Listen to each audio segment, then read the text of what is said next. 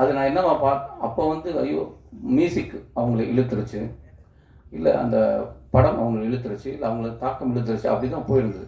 ஆனால் நீங்கள் நாடகத்துறைக்கு நடிப்புத்துறைக்கு வந்தபோது தான் தெரிய ஆரம்பிச்சது, அவங்களை ஒருங்கிணைக்க ஆரம்பிச்சது. அவங்க என்ன ஃபோக்கஸ்டாக இருக்காங்களோ அது போக ஆரம்பித்தாங்க, அவங்க எமோஷனில் வெளிப்பட்டுதுன்னு.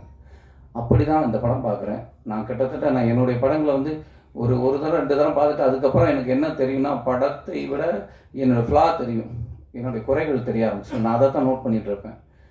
நான் அதிகமாக கிட்டத்தட்ட சுதன் எடிட்டர் சார், அவர் எடிட் பண்ணும்போது நான் அவர் கூடயே உட்காந்துருக்கிறேன். உட்காந்து பின்னாடி சோபாவில் உட்காந்து பார்த்துக்கிட்டே இருப்பேன். இந்த படத்தை நான் அவ்வளவு தரம் பார்த்துருக்கேன்.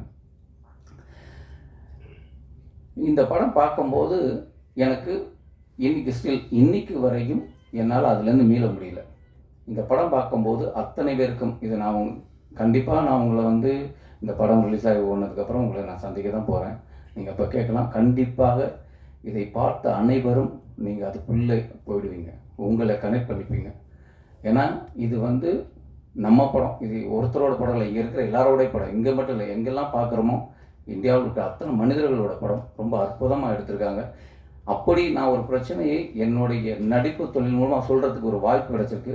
அப்படி தான் நான் சுப்ரமணியன் சார் ரொம்ப ரொம்ப நன்றி. எனக்கு இப்படி ஒரு படத்தை எனக்கு கொடுத்ததுக்கு ரொம்ப பெருமைப்படுறேன். நான் அந்த படம் நடித்தது, நான் இதுவரை நடித்ததில் இந்த படத்தில் நடித்தது நான் ரொம்ப ரொம்ப பெருமைப்படுறேன்.